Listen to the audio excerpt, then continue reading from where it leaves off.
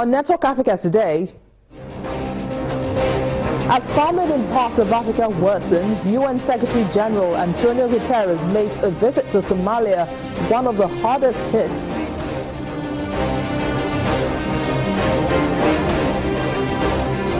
Sarah calls on the government to react to treatment of Nigerians trying to enter into the United States. Plus, it's 60 years since Ghana's independence, and the former Gold Coast has every reason to celebrate.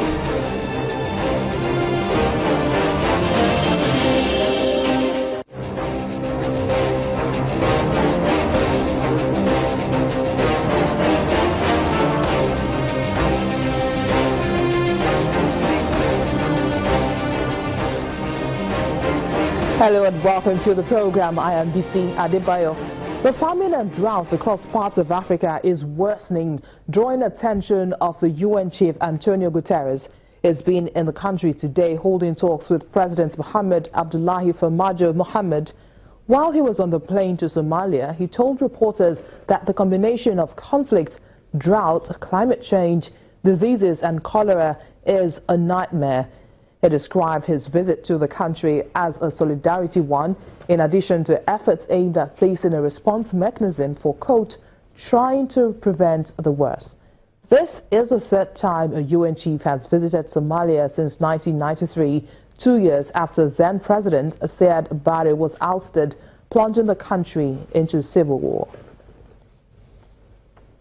And Somalia is not the only country hit by famine in Africa, but it's one of the hardest hit. The government recently reported that more than 100 people died in a space of 2 days because of drought and diarrhea. Food production has been low, blamed mainly on the conflict the country has been plunged into since 1993. Another country badly affected by famine is South Sudan, the first to have been reported in any part of the world in 6 years. Parts of the South Sudan have been experiencing famine following several years of instability in the country's food supply caused by war and drought. It's estimated to have affected at least 5 million people, with food shortage expected to spread by the middle of the year.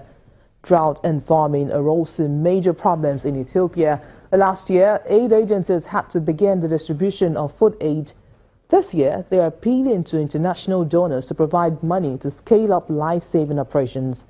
The UN also says famine is imminent in northeastern Nigeria, something the federal government has denied, saying there is no threat of starvation in the country. The Minister of Agriculture and Rural Development, Chief Audu, said the federal government is doing everything possible to achieve self-sufficiency in rice production before the end of 2018. Climate change and environment expert and adjunct professor of environmental law and climate change policy who has lectured globally, Dr. John Osonwa, joins us now on the program to talk more about this. It's great to have you on the program, Doctor. It's always a pleasure. Thank you. Now, let's begin with the UN's projection for northeastern Nigeria, which it says will likely be hit by famine because of the insurgency in the northeast. Well, that's a report the government has debunked, but being the expert, what do you think? Well, I think it's something we have to take seriously. You have 3 agencies of the UN converging with the same conclusion that there is a threat of famine in Nigeria. And we've always known this because if you look at what has been happening in that region, because of prolonged conflict, Boko Haram conflict, compounded by climate change in that region, Lake Chad, which is the primary source of water and irrigation for people and livestock, has shrunk by 90% in the past 25 years. So people have always been threatened in the past few years. Now it is reaching a crescendo where we must do something. So if you say we must do something, what do you think we should do? Well, the first one is to acknowledge that all these agencies can't be wrong. They have superior information and expertise than we have. In most cases, we call on them to assist us. So I think we need to take the threat seriously. We need to begin to mount some intervention measures. You see in other parts of Africa, people are already dying. We have severe famine in Somalia and South Sudan. And as you know, famine generally means that you have up to 5,000 people dying on a daily basis. That's when we declare famine. So we don't want to wait for that to begin to happen in Nigeria before we take action. We need to begin to bring relief. Children are already malnourished in that area.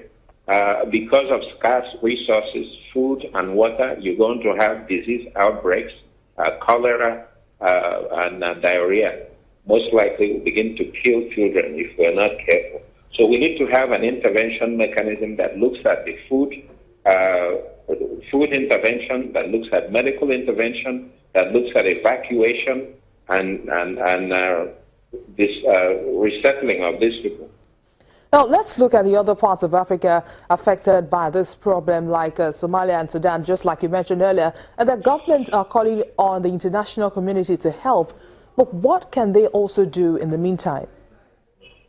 Well, internally, as I said, we need to, some parts of Nigeria are still producing food in sufficient quantities. So we need to mobilize resources to the regions that are affected. The northeast region of Nigeria has been ravaged, as I said, both by climate change. Desertification is eating much of the land. Then you have the ravages of Boko Haram for so many years now. Not only are people threatened by climate factors, they're also afraid because of security issues. People are not getting to the farms. People are not rearing their livestock.